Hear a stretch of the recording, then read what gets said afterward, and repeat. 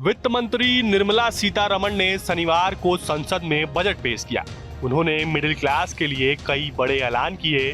अब 12 लाख तक के इनकम पर कोई टैक्स नहीं देना होगा। बजट में किसानों को कई सौगात दी गई। केसीसी यानी किसान क्रेडिट कार्ड की लिमिट अब 5 लाख रुपए कर दी गई है। बिहार के लिए कई बड़े ऐलान हुए हैं। यहाँ मखाना बोर्ड के गठन का ऐलान हुआ है। महिलाओं के लिए भी वित्त मंत्री ने पिटारा खोला है।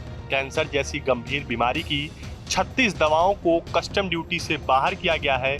तो आइए 20 पॉइंट में समझते हैं इस बजट में किसे क्या मिला।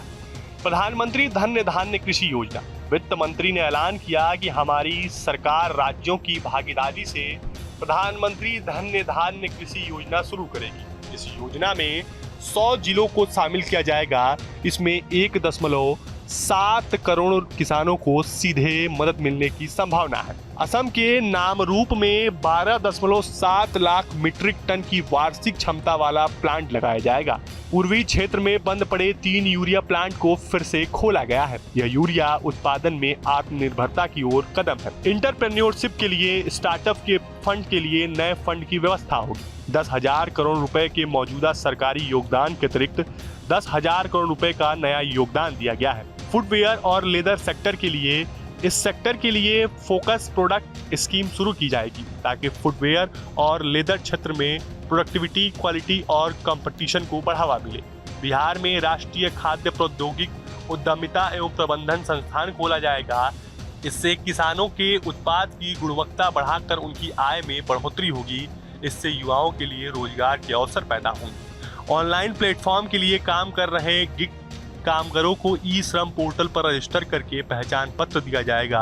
पीएम जन आरोग्य योजना के तहत स्वास्थ्य सुविधाएं दी जाएंगी। 1 करोड़ गिग कामगारों को इसका लाभ मिलेगा। शहरी कामगारों के उत्थान की योजना को शहरी गरीब और वंचित समूह की आय में इजाफा करने और बेहतर जीवन यापन के लिए लागू किया जाएगा। यूपीआई लिंक क्रेडिट कार्ड और क्षमता निर्माण में सहायता देने के लिए पीएम स्वनिधि योजना को बेहतर बनाया जाएगा। Make for India, make for the world के तहत युवाओं को स्किल से लैस करने के लिए वैश्विक विशेषज्ञ और साझेदारी के साथ 5 national centre of excellence for skilling की स्थापना की जाएगी।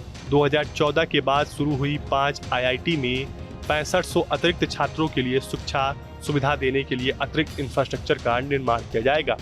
शिक्षा और स्वास्थ्य में निवेश, वैज्ञानिक सोच को बढ़ावा देने के लिए आगामी 5 साल में सरकारी स्कूलों में 50,000 अटल टिंकरिंग लैब बनाई जाएगी।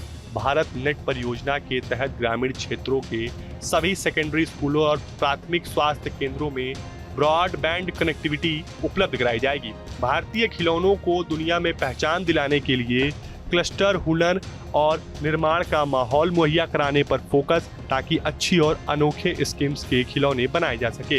एमएसएमई के लिए लोन लेना आसान होगा। सूक्ष्म और लघु उद्यमों के लिए 5 करोड़ से 10 करोड़ अगले 5 साल में और 1.5 लाख करोड़ का एक्स्ट्रा लोन मिलेगा। ग्रामीण समृद्धि और अनुकूलन कार्यक्रम यानी कि ग्रामीण महिलाओं को रोजगार और वित्तीय स्वतंत्रता देने के लिए उद्यमों का विकास, भूमिहीन परिवारों के लिए अवसर और पहले चरण में 100 विकासशील कृषि जिलों को कवर करेगा। दलहन आत्मनिर्भर मिशन के तहत तूर, उड़द और मसूर पर विशेष रूप से केंद्रित 6 साल का मिशन। केंद्रीय एजेंसियां अगले 4 साल में किसानों की इन तीनों दालों की अधिकतम खरीद करेंगी। बिहार में मखाना बोर्ड की स्थापना के बाद मखाना के उत्पादन, प्रोसेसिंग, क्वालिटी और मार्केटिंग में सुधार के लिए कार्यक्रम और मखाना उत्पाद से जुड़ी गतिविधियों से संबंधित लोगों को किसान उत्पादक संगठनों के रूप में संगठित करेगा।